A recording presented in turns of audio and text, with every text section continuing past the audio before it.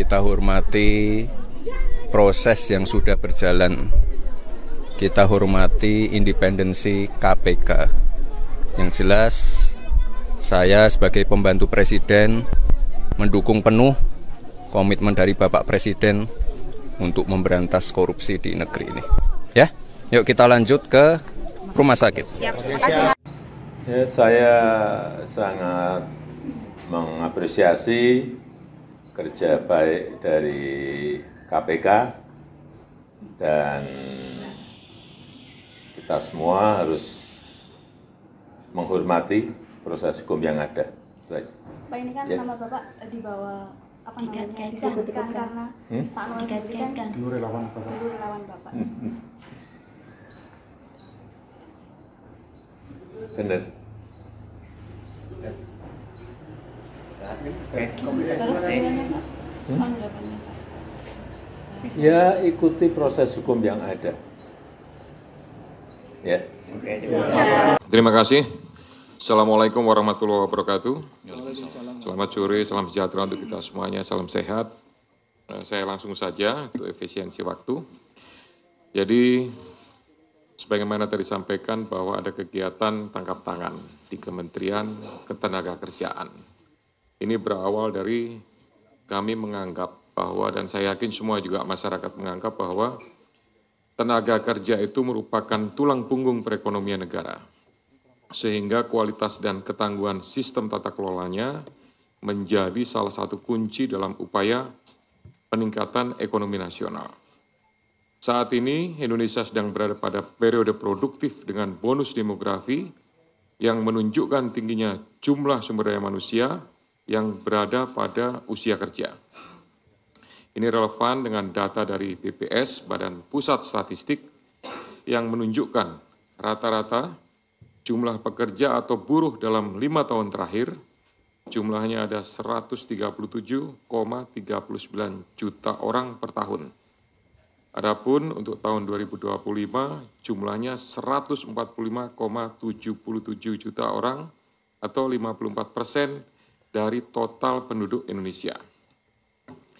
Dari populasi tersebut, tenaga kerja atau buruh pada bidang dan spesifikasi pekerjaan tertentu itu diwajibkan memiliki sertifikasi K3, keselamatan dan kesehatan kerja, dalam rangka menciptakan lingkungan kerja yang aman, sehat, dan nyaman sehingga meningkatkan produktivitas para pekerja. Adapun pengukuran dan pengendalian lingkungan kerja harus dilakukan oleh personil K3 bidang lingkungan kerja yang memiliki sertifikasi, kompetensi, dan lisensi K3. Ironinya, ketika kegiatan tangkap tangan, KPK mengungkap bahwa dari tarif sertifikasi K3 yang sebesar Rp275.000, tapi fakta di lapangan menunjukkan bahwa para pekerja atau buruh harus mengeluarkan biaya hingga Rp6 juta karena adanya tindak pemerasan dengan modus memperlambat, mempersulit, atau bahkan tidak memproses permohonan pembuatan sertifikasi K3 yang tidak membayar lebih tersebut. Biaya sebesar 6 juta ini 2 kali lipat dari rata-rata pendapatan atau upah atau UMR yang diterima para pekerja dan para buruh tersebut. Oleh karena itu, penanganan perkara ini sekaligus sebagai pemantik untuk upaya pencegahan korupsi pada sektor ketenagakerjaan yang lebih serius ke depannya, agar pelayanan publik dapat terselenggara dengan mudah, cepat, dan murah, sehingga tidak merugikan masyarakat sebagai pekerja atau buruh sekaligus mendukung peningkatan ekonomi nasional. Saya lanjutkan dengan penjelasan tentang kegiatan tindakan penyelidikan atau tangkap tangan yang sudah dilakukan oleh Kedeputian Penindakan. Yang pertama bahwa kegiatan tangkap tangan ini bermula dari laporan pengaduan masyarakat yang diterima KPK. Hal ini sekaligus sebagai bentuk kontribusi konkret dan dukungan publik dalam pemberantasan korupsi. Dari informasi yang dihimpun tersebut, pada hari Rabu dan Kamis, tanggal 20 dan 21 Agustus, tim KPK kemudian bergerak secara paralel di beberapa lokasi di wilayah Jakarta dan mengamankan sejumlah 14 orang, yaitu Saudara IBM, selaku Koordinator Bidang Kelembagaan dan Personil ketiga tahun 2022 sampai dengan 2025. Kemudian GAH atau GAH, Koordinator Bidang Pengujian dan Evaluasi Kompetensi Keselamatan Kerja tahun 2022 sampai dengan saat ini. SB, Subkoordinator Keselamatan Kerja, Direktorat Bina K3 tahun 2020 sampai dengan 2025. AK, Subkoordinator Kemitraan dan Personil Kesehatan Kerja tahun 2020 sampai dengan sekarang. IEG, Wakil Menteri Ketenagakerjaan tahun 2024 sampai dengan 2029. FRZ, selaku Dirjen Binwasnaker dan K3 pada atau sejak Maret 2025 sampai dengan sekarang. HS, Direktur Bina Kelembagaan tahun 2021 sampai dengan Februari 2025.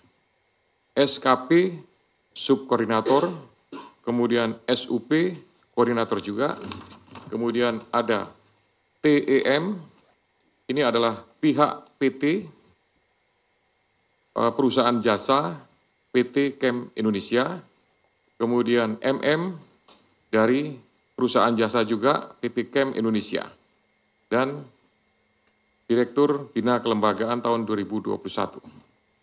Yang lainnya karena tidak terkait maka tidak dilakukan pemeriksaan. Selain itu, tim juga mengamankan barang bukti yang diduga terkait ataupun yang merupakan hasil dari tindak pidana ini, yaitu 15 unit kendaraan bermotor roda 4 dengan rincian 12 unit dari IBM, 1 unit dari SB, 1 unit kendaraan roda 4 dari SB, yang 12 unit tadi juga roda 4, kemudian 1 unit roda 4 dari HS, 1 unit roda 4 dari GAH. Kemudian 7 unit kendaraan bermotor roda 2. 6 unit kendaraan roda 2 diamankan dari IBM dan 1 unit kendaraan roda 2 diamankan dari IEG. Kemudian ada juga uang tunai lebih kurang sekitar 170 juta dan ada 2.201 US dollar dan beberapa pecahan lainnya. Barang bukti tersebut dari pihak-pihak yang diamankan dalam kegiatan tangkap tangan ini jumlahnya cukup banyak dan mempunyai nilai yang cukup tinggi.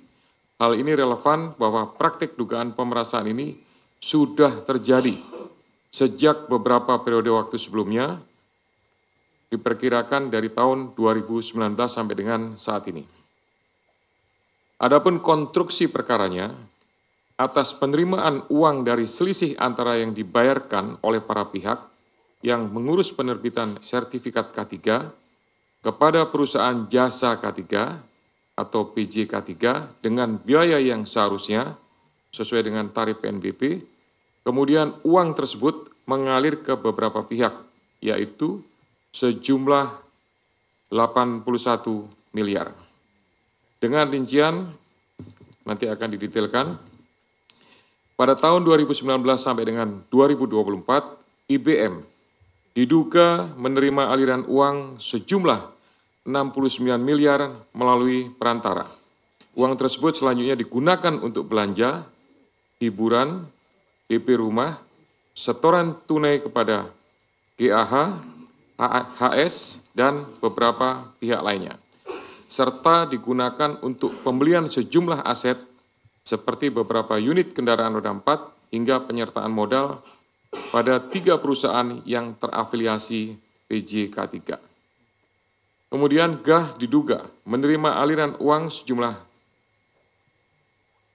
3 miliar dalam kurun waktu 2020 sampai dengan 2025 yang berasal dari sejumlah transaksi, di antaranya setoran tunai mencapai 2,73 miliar, transfer dari IBM sebesar 317 juta, dan 2 perusahaan di bidang PJK3 dengan total 31,6 juta. Uang tersebut digunakan GAH untuk keperluan pribadi, dibelikan aset dalam bentuk pembelian 1 unit kendaraan roda 4, sekitar 500 juta, dan transfer kepada pihak lainnya senilai 2,53 miliar. Kemudian SB diduga menerima aliran dana sejumlah 3,5 miliar pada kurun waktu 2020 sampai dengan 2025 yang diterimanya dari sekitar 80 perusahaan di bidang PJK3. Uang tersebut digunakan untuk keperluan pribadi, diantaranya transfer ke pihak lain, belanja, hingga melakukan penarikan tunai sebesar 291 juta. Kemudian AK diduga menerima aliran dana sejumlah 5,5 miliar pada kurun waktu 2021 sampai dengan 2024 dari pihak perantara. Kemudian sejumlah uang tersebut mengalir kepada pihak penyelenggara negara, yaitu IEG, sebesar 3 miliar pada bulan Desember 2024. Kemudian FAH dan HR sebesar 50 juta per minggu. HS lebih dari 1,5 miliar selama kurun waktu 2021 sampai dengan 2024, serta CFH berupa 1 unit kendaraan roda 4. Sehingga dalam perkara ini, pihak-pihak yang diduga menerima aliran uang dari PJK3 adalah IBM, kemudian GAH, SB, AK, IEG, FRZ, CFH, HS. KPK selanjutnya melakukan pemeriksaan secara intensif dan telah menemukan sekurang-kurangnya 2 alat bukti yang cukup. KPK kemudian menaikkan perkara ini ke tahap penyidikan dengan menetapkan 11 orang sebagai tersangka, yakni IBM, kemudian GAH, SB, AK, IEG, FRZ, HS, SKP, SUP, PEM, dan MM. KPK selanjutnya melakukan penahanan terhadap para tersangka untuk 20 hari pertama terhitung tanggal 22 Agustus sampai dengan 10 September 2025 di Rumah Tahanan Cabang KPK Gedung Merah Putih. Atas perbuatannya, para tersangka dipersangkakan pasal 12 huruf E dan atau pasal 12 huruf B besar Undang-Undang Nomor 31 Tahun 1999 tentang Pemberantasan Tindak Pidana Korupsi, sebagaimana telah diubah dengan Undang-Undang Nomor 20 Tahun 2001 Yunto Pasal 64 Ayat 1 KUHP, Yunto Pasal 55 Ayat 1 ke 1 KUHP. Demikian penjelasan pointer atau beberapa hal rangkaian daripada kegiatan tindakan penyelidikan tertangkap tangan. Sudah kami tetapkan semuanya. Jadi saya tambahkan ini merupakan sebuah keprihatinan sebenarnya. Ya, aslinya seperti itu. Saya yakin semua pihak merasakan sebuah keprihatinan di saat pengurusan tenaga kerja harusnya dipermudah, tapi kemudian ada sekelompok pejabat yang justru memanfaatkan, mengetahui, membiarkan, bahkan menikmati dan menerima ya uang yang berasal dari pihak-pihak tenaga kerja perusahaan yang kemudian digunakan untuk kepentingan pribadi. Ya, kami berharap tentunya dengan proses penegakan hukum ini akan membawa dampak, akan menimbulkan pengaruh ya terhadap semua pihak. Terutama kami juga berharap semua kementerian yang memberikan pelayanan publik, melakukan proses perizinan, ya, itu para menterinya paling tidak campur tangan dan turun tangan untuk melakukan kegiatan pengawasan, ya, sehingga tidak terjadi praktek-praktek yang dapat merugikan masyarakat.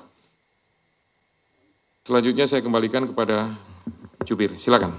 Terima kasih Pak Ketua yang telah menjelaskan secara lengkap terkait kronologi.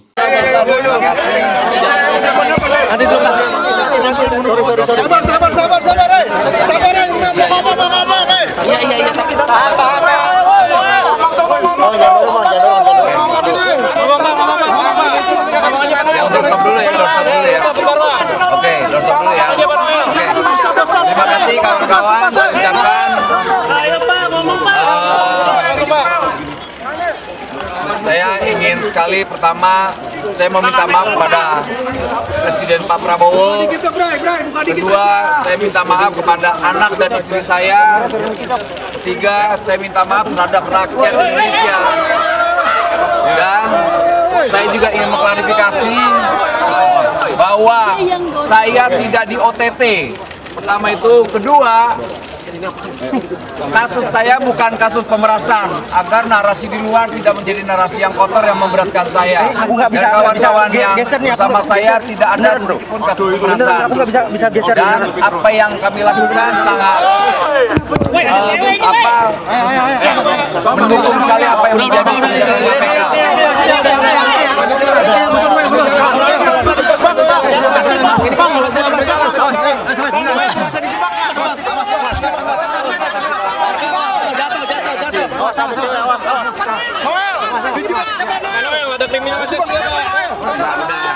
Bismillahirrahmanirrahim. Assalamualaikum warahmatullahi wabarakatuh.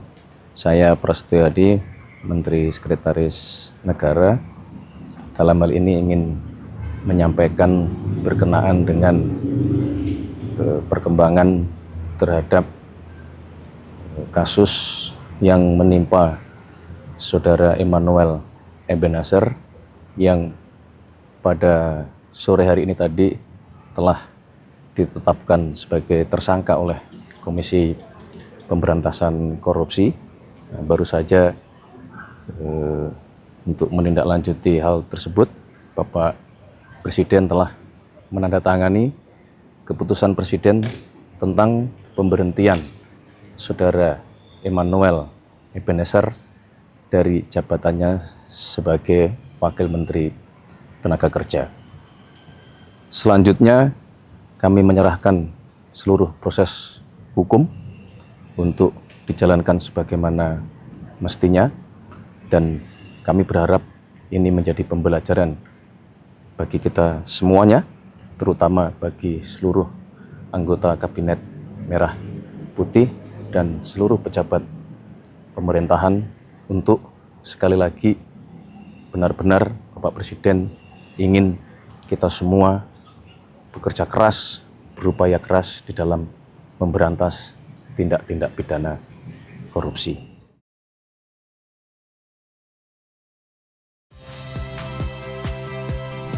Saya Agin Fridianto. Saksikan terus program-program Kompas TV melalui siaran digital, pay TV, dan media streaming lain. Kompas TV, independen, terpercaya.